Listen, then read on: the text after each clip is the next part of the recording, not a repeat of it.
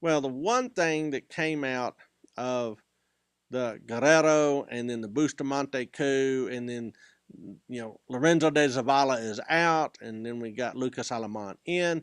The one thing that really came out of that whole episode that affects Texas is pretty important. Uh, Lucas Alaman is going through the notes from his predecessor, what is working, what is not working, and he comes upon all the various reports that General Manuel Mier y Terán had conducted, or from his reports in Texas, from his various inspection tours, his boundary commission tour, and the rest of his trips up there, and his conversations with Austin.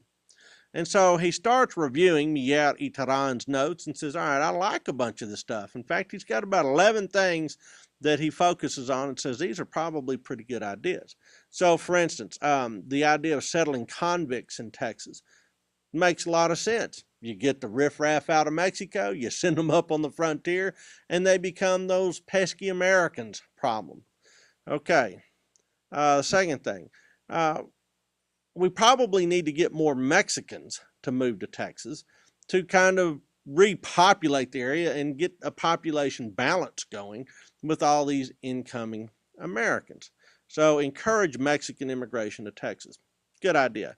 What other kind of people can we lure to Texas? Hey, what about Catholics from Germany and Switzerland?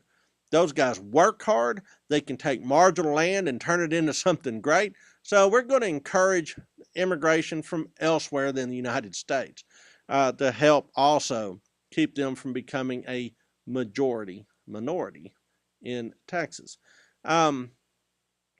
Need to encourage coastwise trading, meaning trading between Texas and Mexican ports. Well, how do you do that?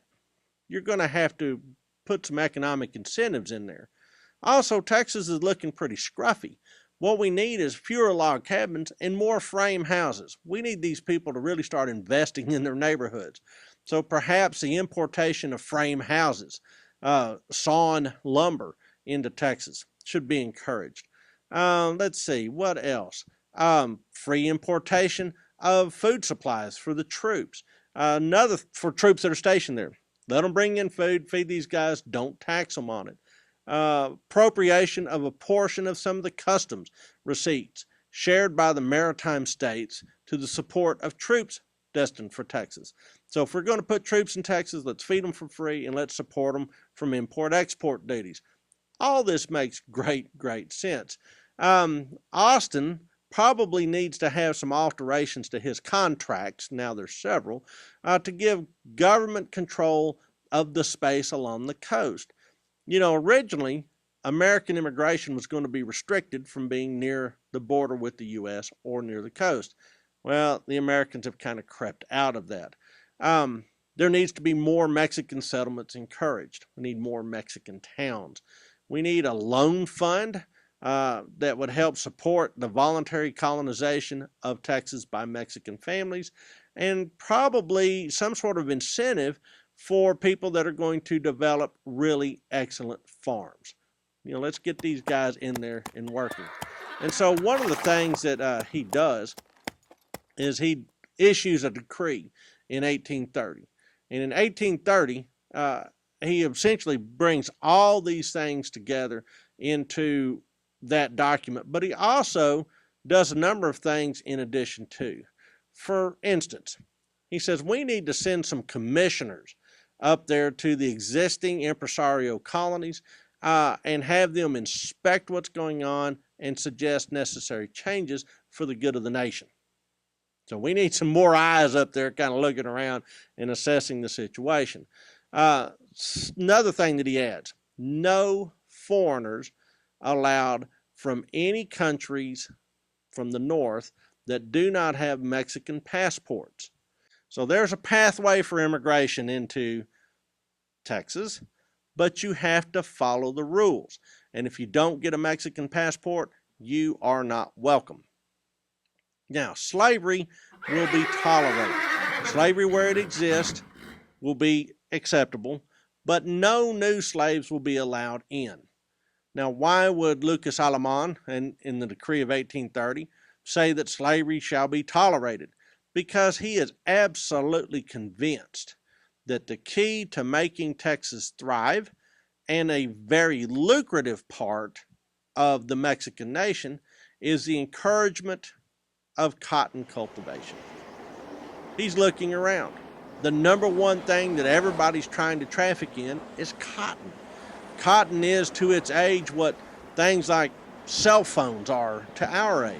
It's a product that everybody has. It's a part of everybody's life. Things like denim is actually a cloth that comes from Denim, France. Well, where's that cotton coming from to make that cloth? It's coming from the American South. So Lucas Alaman says, we got to get in on this cotton trade. The Americans are good for something. So what we'll do is we'll try to work that cotton industry to where it'll help make Texas self-sufficient. But we're going to try to do it through very careful regulation.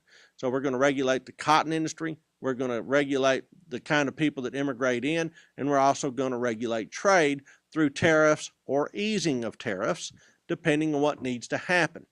That is Lucas Alaman's vision for Texas. That is what's embodied in his decree of 1830. Here's how it seems to play out. For starters, in Texas, the locals start to recognize that there's more troops heading into Texas. Well, this was Mier y Terán's recommendation. Lucas Alaman picks up on it. So all of a sudden, Nacogdoches, which had been essentially swamped by American immigration, sees another 300 Mexican troops show up. Actually, members of the 12th Permanente Battalion. Well, and these guys are not necessarily the most savory characters. A little bit of friction there. In Anahuac, at the northern end of Galveston Bay, a Tennessean by the name of Juan Davis Bradburn, now a Mexican colonel, brings in 150 men.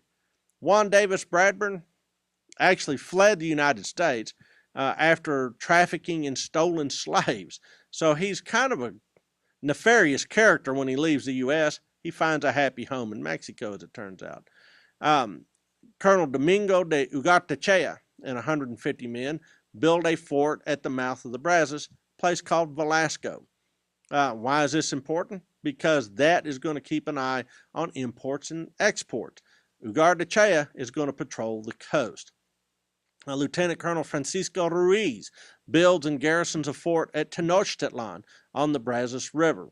He's going to essentially create that mobile force that Mier y Terán says Texas needs.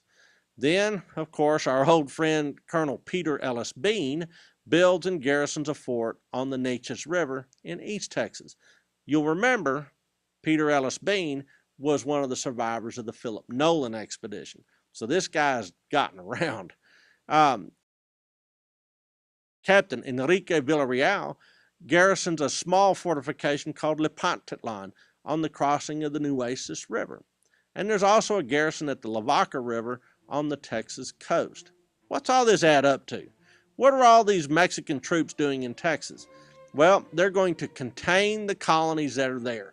They're essentially setting up an isolation zone, and they're setting up garrisons at all the key crossings and all the key points of communications throughout the country, the road crossings of rivers, very critical junctions.